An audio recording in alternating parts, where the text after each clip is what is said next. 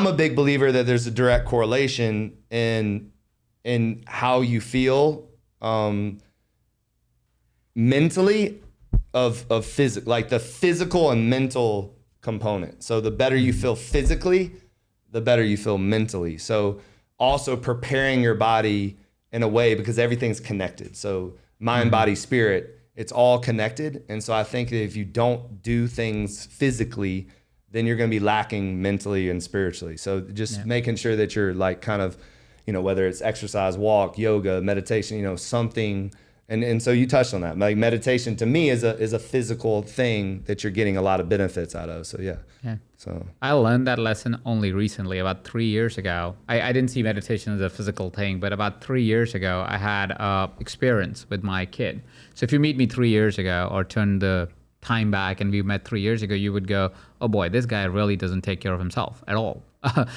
Because I wasn't like obese, but I was definitely a little overweight. And I did not have any energy, basically. I have two small kids. I have a 6-year-old now and a 3-year-old now. So when my daughter was born, I would take my son out. My wife was with my daughter. I would take him out. Let's go play. Season now, so oh yeah, it's a beautiful season. Love it. It's fun and it's very interesting. Let's just call it that, right? Definitely. So anyways, I took my son out one of the days, and I live in Austin, which is really hot during especially these times. So we went out, but it was like the afternoon, late afternoon, like 5 o'clock or something. I was like, let's go to the park instead of, just playing at home. Let's get out a little bit. And so we started playing tag, and we were playing tag, and maybe in a couple of minutes, I was just like out of breath.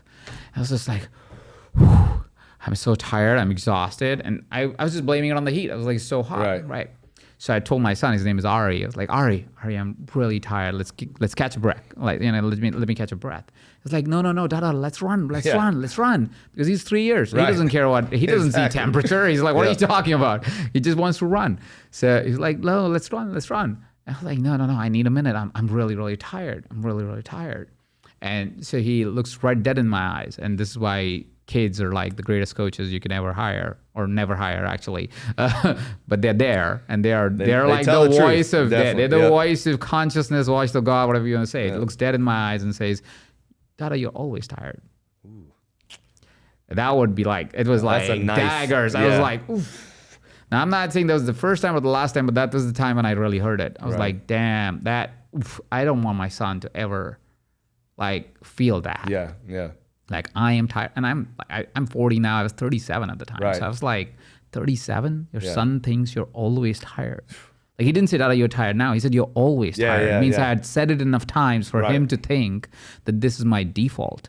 Like that ain't happening. And so 3 years ago, for the first time, I went to the gym. Like I went to the gym before that, but never really. Right. The first time I went to the gym. First time I started taking care of myself. First time I started taking care of my body. Started really getting into the act of saying, this body is a bloody temple. Thank you. Yes.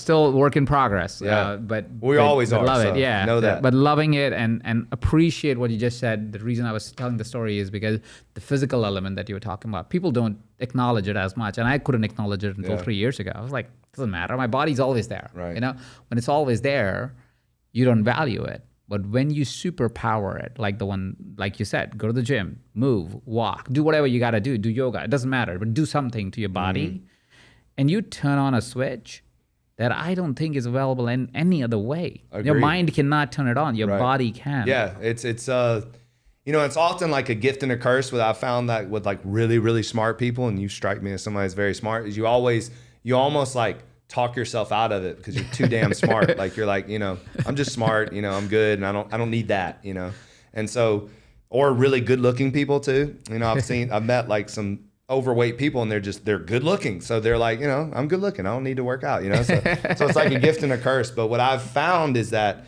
almost like, who was it recently just talked about this?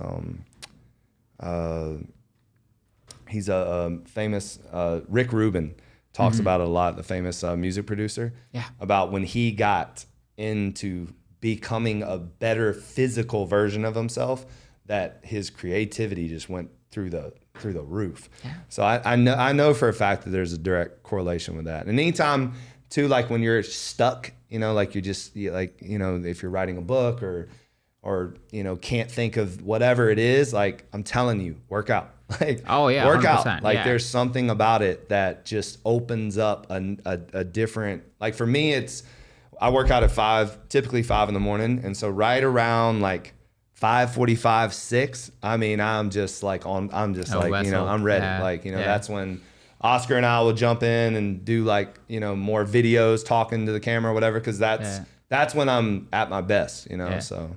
I do it at 3 in the afternoon. And a similar reason to yours is because I see my kids again at around 4.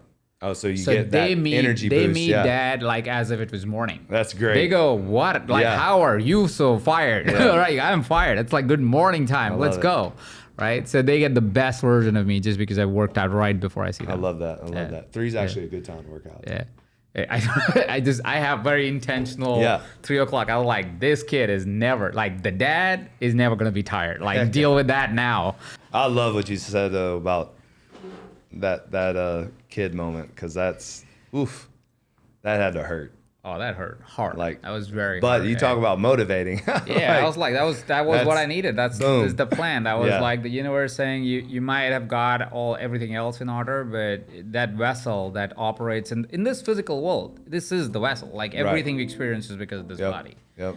And I was like, I wasn't taking care of it. I'm honest. Now I do. Yeah. At least I try my best, and I'm going to do better and better every day. Yeah. But that was the wake up. I couldn't hear it any other way. Like my wife could have told me anything, and I wouldn't hear it. Right. Because she's actually a really fit and healthy person. Yeah. And she did try to communicate that with me in the past, but I wouldn't hear it. But that one time, he said that one thing and changed everything.